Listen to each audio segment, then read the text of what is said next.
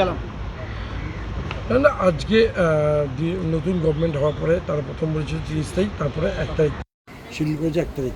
আজকে আপনাদের বৈঠক কি বুঝছেন বিষয়? কারণ এই যে লড়াই আজ দীর্ঘ 1222 দিন ধরে যে লড়াই, সেই লড়াইয়ে আজকের মুখ্যমন্ত্রী তৎকালীন বিরোধী দলনেতা তিনি বহুবার এই লড়াইয়ে সামিল হয়েছেন এবং তিনি বলেছেন এই লড়াই ওনার লড়াই।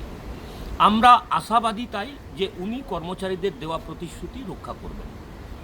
আমরা শুধুমাত্র এইটুকুই আশা নিয়ে রেখেছি যে ভোট পূর্ববর্তী যে প্রতিশ্রুতিগুলি উনি দিয়েছিলেন কর্মচারীদের উদ্দেশ্যে, সেই কথাগুলো আজকে উনি পূর্ণতা দেবেন, বাস্তব রূপায়ণ আজকে হবে। আমরা এই আশা নিয়েই কিন্তু বিকেল 5টার সময় নবান্নে মুখ্যমন্ত্রীর কাছে আমরা বৈঠক করার জন্য যাচ্ছি। তারা বলেছে যে 45 দিনের মধ্যেই ডিএ মিটিয়ে দেবে, তারা প্রতিশ্রুতি দিয়েছিল আগেই 45 দিনের মধ্যে ডিএ মিটিয়ে দেবে। তারপরে এখন তারা বলছে কিছুদিন সময় চেয়েছে তারা। এটা আমাদের কাছে এখনও কোনো এরকম খবর নেই। সরকার বলেছিল 45 দিনের মধ্যে ক্ষমতায় আসলে 45 দিনের মধ্যে ডিএ মিটিয়ে দেবে। আমাদের কাছে এরকম কোনো খবর নেই যে সরকার সময় চাইছে। আজকের মিটিংয়ে আমরা বুঝতে পারবো সরকার কি চাইছে।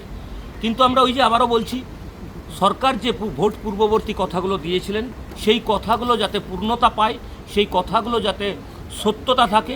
একটা নতুন সরকার প্রতিষ্ঠা হয়েছে, একটা এতদিনের 15 বছরের যে জ্বালা যন্ত্রণা থেকে জনগণ মুক্তি পাওয়ার জন্য কর্মচারীরাও এই সরকারকে প্রতিষ্ঠা করেছে। প্রথম দিনেই যদি 45 দিন ওনারা নিজেরা বলেছেন, তারপর যদি এখন সময় চান, তাহলে সেটা সরকারি কর্মচারী সহ পশ্চিমবঙ্গের জনগণকেও আশাহত করা হবে। আমার মনে হয় না সরকার এই জায়গায় যাবে। একটা নতুন সরকার বসেছে, তারা যে কথা দিয়েছে সেই কথা রাখবেন বলেই সংগ্রামী যৌথ মঞ্চ বিশ্বাস করে। তারপরও আজকের আলোচনাতে কি উঠে আসছে দেখা যাক, আমরা আলোচনার দিকে তাকিয়ে রয়েছি। কজনের প্রতিনিধি দল যাবেন?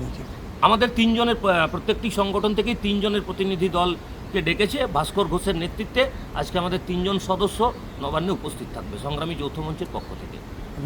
চন্দন চ্যাটার্জি, সংগ্রামী যৌথ মঞ্চের রাজ্য নেতৃত্ব।